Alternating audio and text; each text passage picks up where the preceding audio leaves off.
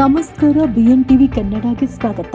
ಮುಖ್ಯಮಂತ್ರಿ ಸಿದ್ದರಾಮಯ್ಯ ಅವರಿಗೆ ದಿಢೀರ್ ಅನಾರೋಗ್ಯ ಕಾಣಿಸಿಕೊಂಡ ಹಿನ್ನೆಲೆ ಬೆಂಗಳೂರಿನ ಖಾಸಗಿ ಆಸ್ಪತ್ರೆಗೆ ದಾಖಲಿಸಿದ್ದಾರೆ. ಹೀಗಾಗಿ ಇಂದು ನಿಗದಿಪಡಿಸಲಾಗಿದ್ದ ಎಲ್ಲಾ ಕಾರ್ಯಕ್ರಮಗಳನ್ನು ರದ್ದುಗೊಳಿಸಲಾಗಿದೆ ಎಂದು ತಿಳಿದು ಬಂದಿದೆ. ಸಿಎಂ ಸಿದ್ದರಾಮಯ್ಯ ಅವರಿಗೆ ದಿಢೀರ್ ಅನಾರೋಗ್ಯ ಕಾಣಿಸಿಕೊಂಡ ಹಿನ್ನೆಲೆಯಲ್ಲಿ ಬೆಂಗಳೂರಿನ ಖಾಸಗಿ ಆಸ್ಪತ್ರೆಗೆ ದಾಖಲು ಮಾಡಲಾಗಿದೆ. ಸಿಎಂ ಸಿದ್ದರಾಮಯ್ಯ ಆಸ್ಪತ್ರೆಗೆ ದಾಖಲಾಗಿರುವುದರಿಂದ ಇಂದು ನಿಗದಿಪಡಿಸಲಾಗಿದ್ದ ಎಲ್ಲಾ ಕಾರ್ಯಕ್ರಮಗಳನ್ನು ರದ್ದುಗೊಳಿಸಲಾಗಿದೆ.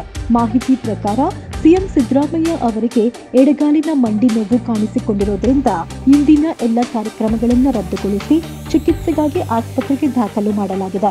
ವೈದ್ಯರು ಇಂದು ತಪಾಸಣೆ ನಡೆಸಿ ಚಿಕಿತ್ಸೆ ಬಗ್ಗೆ ಮಾಹಿತಿ ನೀಡಲಿದ್ದಾರೆ.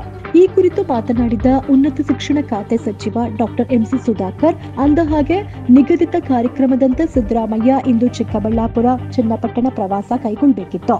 ವಿವಿಧ ಕಾರ್ಯಕ್ರಮದಲ್ಲಿ ಭಾಗಿಯಾಗಬೇಕಿತ್ತು. ಮುಖ್ಯಮಂತ್ರಿಗಳು ಆಸ್ಪತ್ರೆಗೆ ದಾಖಲಾದ ಕುರಿತು ಮಾಹಿತಿ ನೀಡಿದ್ದಾರೆ.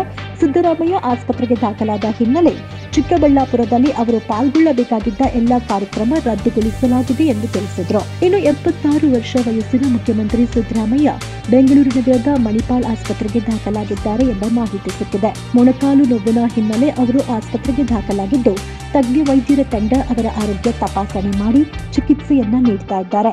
ಯಾವುದೇ ಹೆಲ್ತ್ ಬುಲೆಟಿನ್ ಅನ್ನ ಇಲ್ಲಿಯ ತನಕ ಬಿಡುಗಡೆ ಮಾಡಿಲ್ಲ.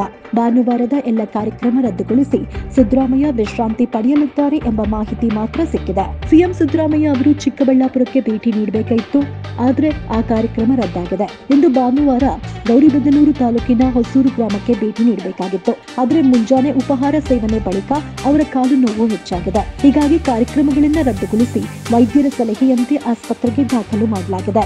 ಇನ್ನು ಗೌರಿಬಿದನೂರು ಮತ್ತು ಚನ್ನಪಟ್ಟಣದಲ್ಲಿ ಆಯೋಜಿಸಿದ್ದ ಕಾರ್ಯಕ್ರಮದಲ್ಲಿ ಸಿದ್ದರಾಮಯ್ಯ ಅವರು ಪಾಲ್ಗೊಳ್ಳಬೇಕಿತ್ತು. 2024 ಇಸ್ವಿಯ ಚನ್ನಪಟ್ಟಣ ಉಪಚುನಾವಣೆಯಲ್ಲಿ ಕಾಂಗ್ರೆಸ್ ಅಭ್ಯರ್ಥಿ ಸಿಪಿ ಯೋಗೇಶ್ವರ್ ಗೆಲುವು ಸಾಧಿಸಿದ ಹಿನ್ನೆಲೆ ಕ್ಷೇತ್ರದ ಮತದಾರರಿಗೆ ಕೃತಜ್ಞತೆ ಸಲ್ಲಿಸೋದಕ್ಕೆ ಚನ್ನಪಟ್ಟಣದಲ್ಲಿ ಸಮಾವೇಶ ಆಯೋಜನೆ ಮಾಡಲಾಗಿತ್ತು.